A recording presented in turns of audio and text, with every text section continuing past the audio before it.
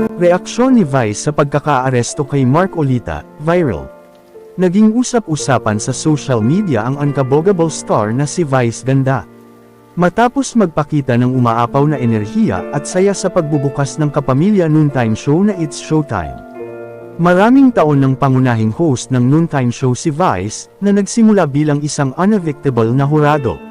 Sa paglipas ng mga taon, dumaan sa maraming matitinding pagsubok ang programa at ang mga host nito.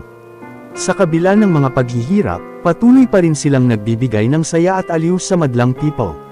Noong ika-6 ng Hulyo, naging katangi-tangi ang episode ng programa. Matapos mapansin ng mga netizens ang labis na masayang mood na ipinakita ni Vice Ganda at ng iba pang mga kasamahang host. Base sa ulat ng PEP, pagkatapos awitin ang pambungad na kanta ng programa, nagpamala si Vice ng isang masiglang pagbati na nag-umapaw sa enerhiya para sa mga taga-subaybay at sa mga manunood na nasa mismo ng studio.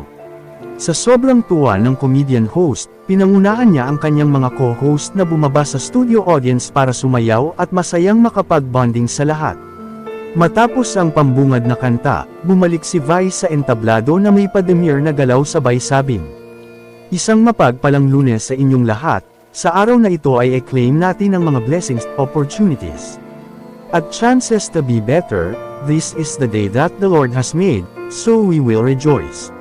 Bunsod sa mga lumalabas na ulat, nagkaroon ng espekulasyon ang mga netizens na ang labis na kasiglahan sa programa ng It's Showtime sa pamumuno ng unkabogable star ay may kinalaman sa pagkakaaresto ni Senador Rodante Mark Olita at dating kongresista Mike Defensor.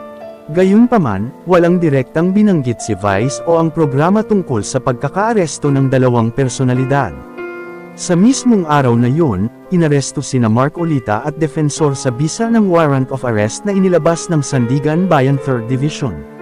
Kaugnay ng kasong plunder na isinampa laban sa kanila ng Office of the Ombudsman.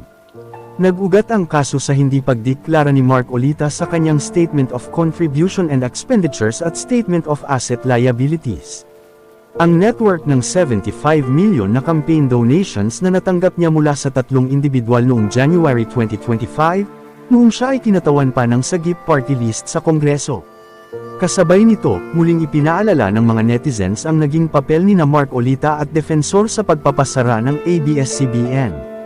Kabilang sila sa mga mambabatas na hindi pumabor sa pagbibigay ng bagong prangkise sa ABS-CBN noong July 2020, na nagresulta sa pagkawala ng trabaho ng libo-libong empleyado mula sa nasabing network. Noong Hulyo 10, 2020, tuluyan ng ibinasura ng Kongreso ang hiling ng ABS-CBN na ma-renew ang prangkisa nito.